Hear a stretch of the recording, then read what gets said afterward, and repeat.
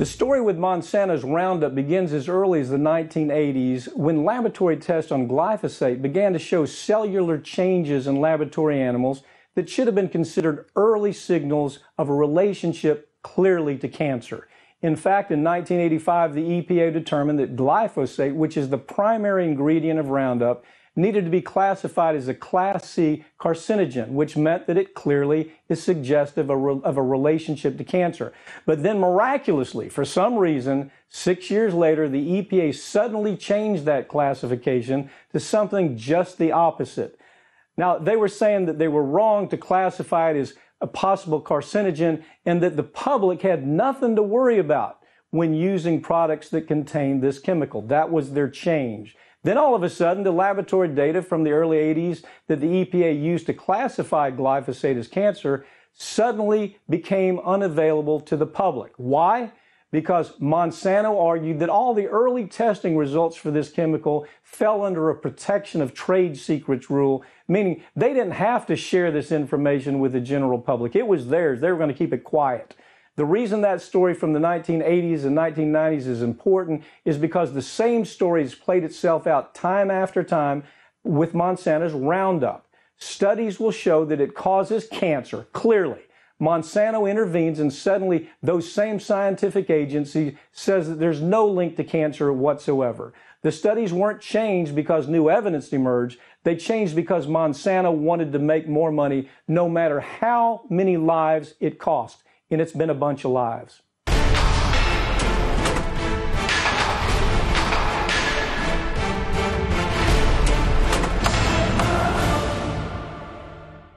Joining me now to talk about this is Carey Gillam, author of the book Whitewash, the story of weed killer, cancer, and corruption of science.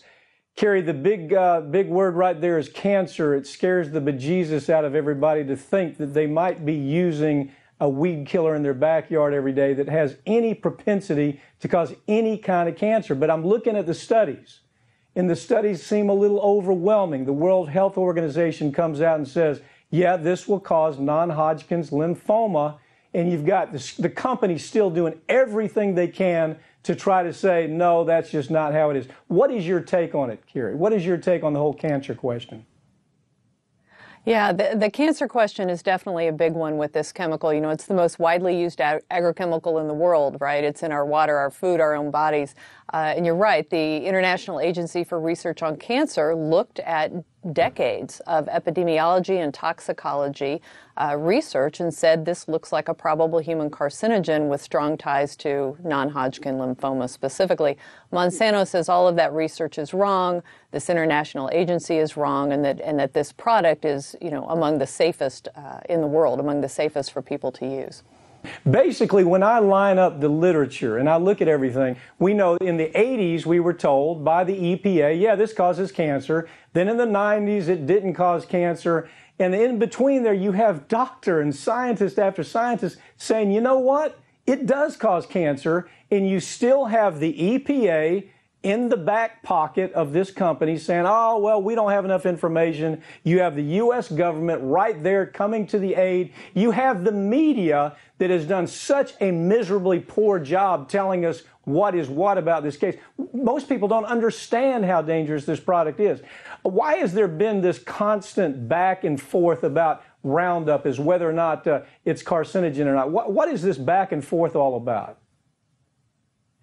Yeah, so our EPA, our own EPA toxicologist, you're right, back in the 1980s, looked at a mouse study that Monsanto had submitted to it, and these mice were showing, you know, tumors, these very rare and odd tumors, the mice that received glyphosate. And the toxicologist for the EPA said at that time, wow, this looks like this stuff could cause cancer. And they were very concerned about it, and they wanted to rate it that way. And Monsanto pushed back. This was in the 80s again. Monsanto pushed back very hard and ultimately convinced the EPA to discount, you know, what its own toxicologists were telling it and to declare this to be a safe product. And this is what you've seen over the decades, in the 80s and the 90s and again and again. Scientists warn about the findings of glyphosate on laboratory animals and epidemiology and human studies of exposure.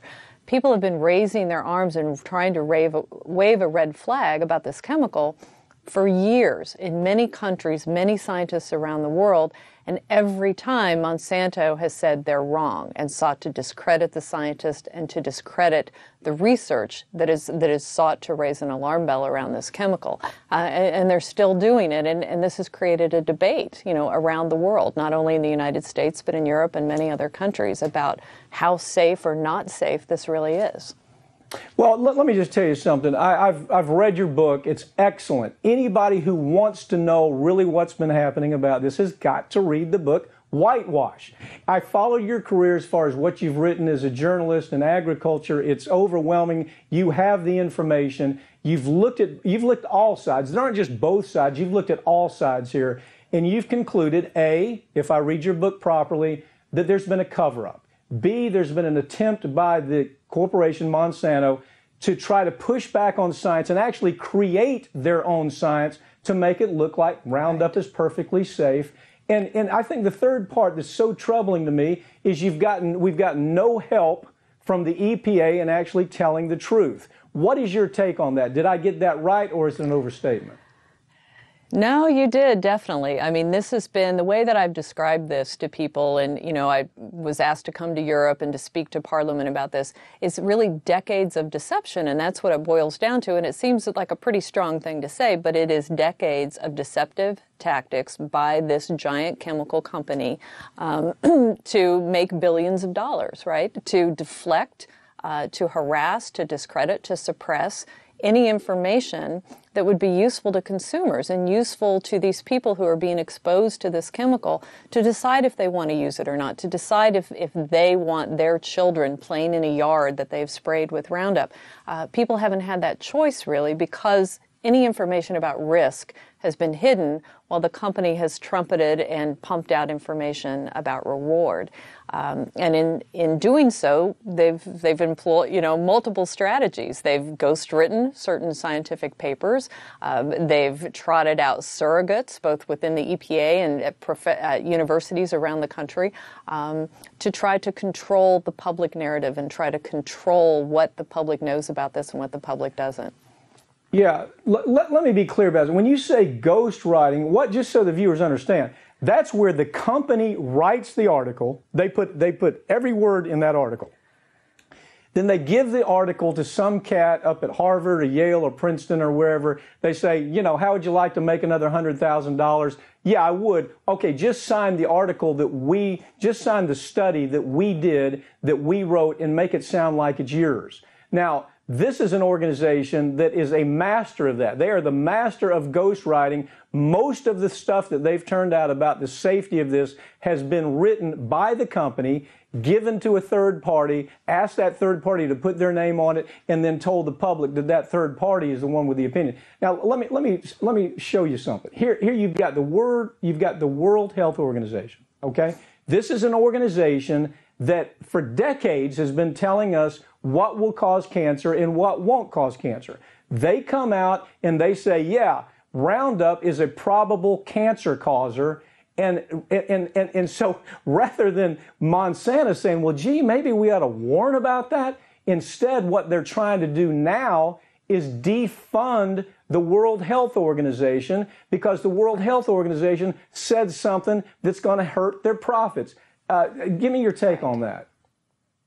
Yeah, I mean, they definitely did. And you can see in the documentation that Monsanto anticipated that the World Health Organization's cancer scientist would find glyphosate to be a probable human carcinogen or a possible. They knew it. They knew the research was out there.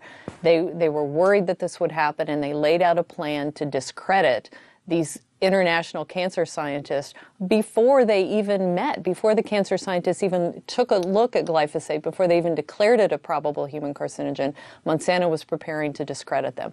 And that's exactly what they've been doing since March of 2015, is perpetuating false narratives and efforts to try to tear down this classification. And they have gotten some friendly Republicans on Capitol Hill in Washington, D.C. to carry forth that message, and they're looking now at possibly trying to defund IARC.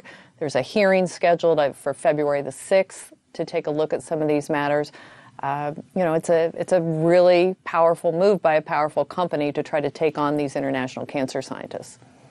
In other words, IARC said, yeah, cut through all the nonsense. We looked at it. Your product causes cancer. It causes a deadly cancer called non-Hodgkin's lymphoma. So don't tell us it doesn't. Our own scientists looked at it. And so so Monsanto's not happy with that because it's this is a recent finding. And so now what they want to do is they want to take their money away. Okay, let me ask you something. Is it a common practice? Now, I've handled many pharmaceutical cases and in environmental cases where we've seen this practice takes place, where the corporation interferes with the scientific community. The scientific community is trying to say, look, warning, this stuff's dangerous, and the company interferes with the way that science gets out there. But I got to tell you something. In this case, I have never seen so much interference with the dissemination of science that tells a mother that the child should not be playing in the grass after Roundup is sprayed because it will cause cancer, or people who work around it every day that if you use this, it's going to cause cancer. That's really what it's about. How would you quantify the interference by this company with the scientific community?